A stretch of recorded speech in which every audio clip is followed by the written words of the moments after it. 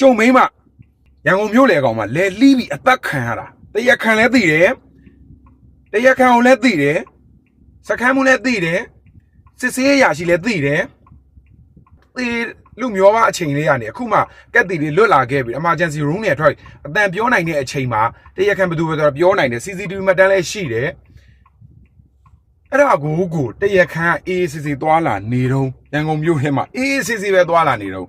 တတရာပဲညှိနှိုင်းမှုတွေပြောဆိုမှုတွေလုပ်ပါမယ်ရှင်းနေတယောက်ပြီးတယောက်လဲသူတို့ဘက်ကလာမယ်လို့ပြောပြီးတော့ကျုံနဲ့လေခုချိန်တိလည်းမတွေ့ရသေးဘူးဆက်လဲမဆက်တယ်သေးဘူးစခန်းလည်း AC ပဲဖုံးပြောလေဘာမှကိုထူးခြားမှုဖြစ်စဉ်ကိုမရောက်လာတာ3ရက်ရှိသွားပြီနော်